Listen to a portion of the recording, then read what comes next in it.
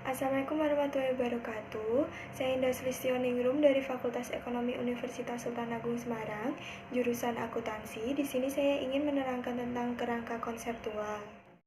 Standar akuntansi adalah aturan-aturan yang berguna bagi menyusun kerangka keuangan yang mencakup kerangka konseptual dan standar akuntansi.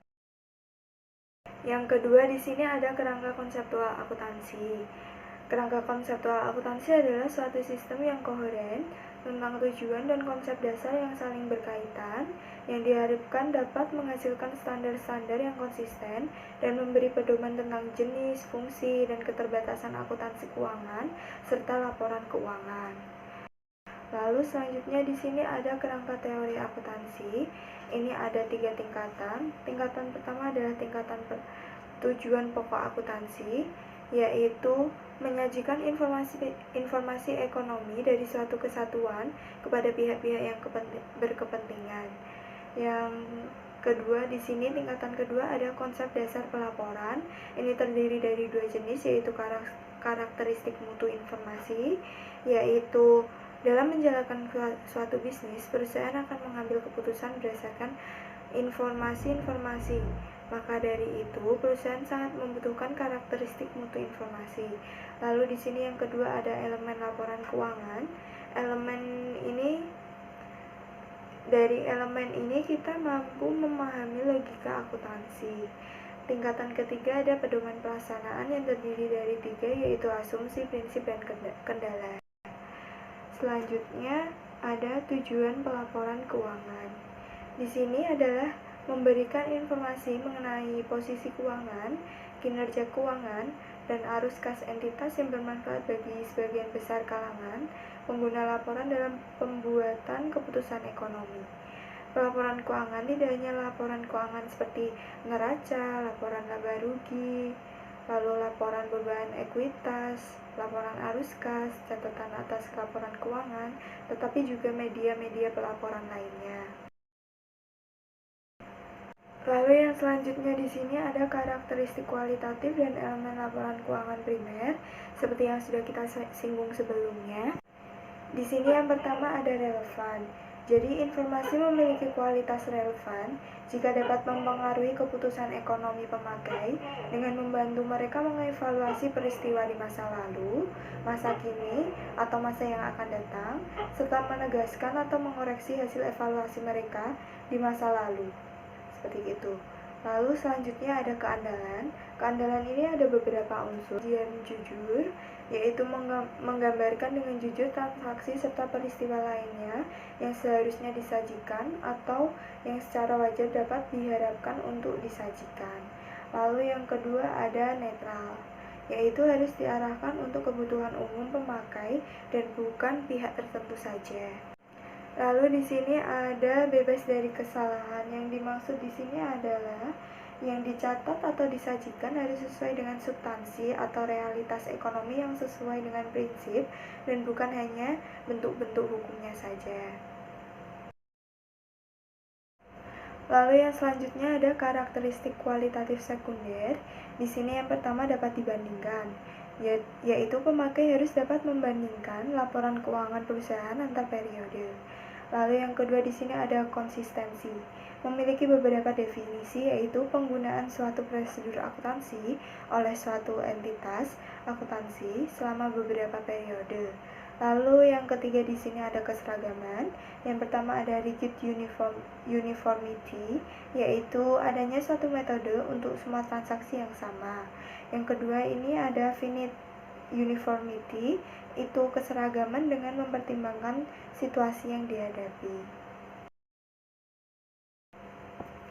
Lalu selanjutnya ada elemen-elemen laporan keuangan. Di sini ada 10 elemen laporan keuangan yang terdiri dari 3 elemen utama adalah harta, kewajiban, dan ekuitas yang termasuk dalam laporan keuangan neraca. Kemudian untuk investasi, distribusi, dan penghasilan komprehensif itu masuk dalam laporan perubahan modal.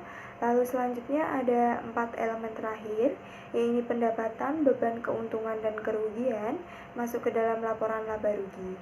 Tanpa memahami 3 unsur tersebut, maka penempatan angka untuk informasi akuntansi dalam skema pelaporan akan menjadi sedikit sulit.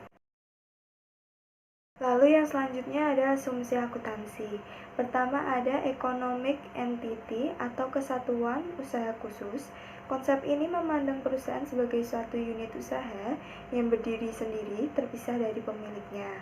Lalu yang kedua ada going concern atau kelangsungan usaha.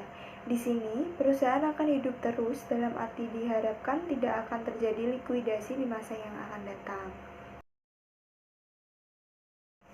Lalu yang ketiga ada penggunaan unit moneter dalam pencatatan. Yang dimaksudkan di sini adalah semua transaksi harus dicatat dengan satuan uang saat transaksi terjadi. Yang selanjutnya ada time period atau periode waktu. Di sini yang dimaksud adalah kegiatan perusahaan berjalan terus dari periode yang satu ke periode yang lain dengan volume dan laba yang berbeda. Selanjutnya ada prinsip-prinsip akuntansi. Di sini yang pertama ada prinsip biaya historis, yaitu yang dimasukkan dari prinsip biaya historis adalah menghendaki digunakannya harga perolehan di dalam mencatat uang, modal, aktiva, dan biaya. Lalu yang dimaksudkan dengan harga perolehan adalah harga pertukaran yang disepakati oleh kedua belah pihak yang berkaitan dalam transaksi. Di sini, di bawah prinsip biaya historis, harga jual beli atau biaya yang sudah dikeluarkan saat transaksi merupakan dasar dari awal pencatatan hutang dan harta. Prinsip ini digunakan pada saat pencatatan awal disebabkan biaya perolehan. Biasanya hal tersebut merupakan penafsiran yang terbaik untuk nilai pasar wajar dari hutang atau harta. Sebagai contohnya saja, misalkan kita ingin membeli laptop yang seharga 10 juta, kita bisa menawarnya, misalnya kita mau menawarnya dengan harga 9.500.000. Nah, itu misalnya pembelinya sudah sepakat, kedua belah pihak sudah sepakat, itu kita akan mencatat harga perolehan laptop itu adalah 9.500.000. Jadi di pencatatan itu muncul dengan angka 9.500.000 bukan 10 juta. Seperti itu. Yang selanjutnya ada nilai wajar atau fair value. Di sini yang dimaksudkan adalah pada perkembangan berikutnya, aktiva, hutang, modal, pendapatan, dan biaya dapat dicatat pada harga sekarang. Jadi di sini selanjutnya ada prinsip pengakuan pendapatan. Prinsip pengakuan pendapatan adalah aliran masuk harta-harta atau aktiva yang muncul dari penyerahan jasa atau barang yang dilakukan selama periode tertentu oleh suatu unit usaha yang biasanya alat ukurnya adalah jumlah kas, seperti itu. Lalu selanjutnya ada prinsip pengungkapan penuh. Di sini yang dimaksudkan adalah menyajikan semua informasi yang lengkap dan kompleks dalam laporan keuangan, karena informasi yang diberikan tersebut merupakan ringkasan dari semua transaksi-transaksi yang sudah terjadi dalam satu periode. Lalu selanjutnya di sini ada expense recognition. Itu adalah biaya yang diakui sesuai dengan pengorbanan ekonomis untuk memperoleh suatu pendapatan. Ada 4 jenis standar akuntansi keuangan. Yang pertama ada standar akuntansi keuangan. Ini adalah suatu standar untuk patokan penyusunan pencatatan, penyajian, dan perlakuan laporan keuangan agar informasi keuangan yang dihasilkan relevan bagi para pengguna laporan.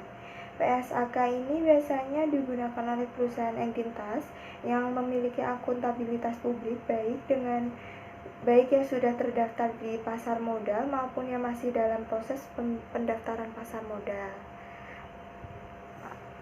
Lalu yang kedua ada SAK etap atau standar akuntansi keuangan untuk entitas tanpa akuntabilitas publik. Standar ini dipakai oleh entitas yang tidak memiliki akuntabilitas publik yang signifikan sehingga entitas atau perusahaan yang dimaksud menerbitkan laporan keuangan untuk tujuan umum bagi pengguna eksternal. Lalu ada beberapa manfaat SAK etap, yaitu membantu perusahaan kecil dan menengah dalam menyusun laporan. Lalu yang kedua adalah standar akuntansi ini dinilai lebih sederhana karena sebagian besar siklus akuntansinya menggunakan konsep biaya historis. Lalu laporan akuntansi jadi dapat diaudit dan mendapatkan opini audit sehingga laporan keuangan dapat digunakan untuk menjaring dana investasi agar usahanya bisa menjadi lebih berkembang. Lalu yang selanjutnya adalah PSAK Syariah. Di sini PSAK Syariah adalah standar yang berpatok pada prinsip hukum agama atau syariat Islam. Di sini PSAK Syariah digunakan oleh entitas yang melakukan transaksi syariah, baik itu lembaga syariah maupun lembaga non-syariah. Standar akuntansi ini dikembangkan mengikuti model SAK umum, namun berbasis syariah dengan mengacu pada Fatwa Majelis Ulama Indonesia atau MUI. Di sini yang terakhir ada SAP atau Standar Akuntansi Pemerintah, diterbitkan sebagai peraturan pemerintah yang ditetapkan untuk entitas pemerintah dalam menyusun laporan keuangan pemerintah pusat dan laporan keuangan pemerintah daerah. Di sini ada beberapa fungsi standar akuntansi keuangan. Yang pertama untuk keseragaman laporan keuangan, yang kedua untuk memudahkan penyusunan laporan keuangan, yang ketiga adalah memudahkan auditor dan pembaca laporan keuangan untuk memahami dan membandingkan laporan keuangan entitas yang berbeda-beda. Lalu yang selanjutnya ada kendala akuntansi. Yang pertama adalah materiality. Itu adalah informasi tidak dianggap material apabila fakta, elemen, dan transaksi yang salah saji atau kurang saji tidak mempengaruhi keputusan pemakaian laporan keuangan. Lalu yang kedua ada konservatif. Konservatif adalah sifat yang dimiliki oleh akuntan dalam menghadapi dua atau lebih alternatif dalam penyusunan laporan keuangan. Di sini yang terakhir adalah sifat khusus industri. Industri dengan sifat khusus seperti bank, asuransi, dan yang lain-lain memerlukan prinsip-prinsip akuntansi yang berbeda dengan industri yang lainnya. Sekian penjelasan dari saya. Apabila ada salah kata, mohon maaf. Terima kasih atas perhatiannya. Sampai jumpa.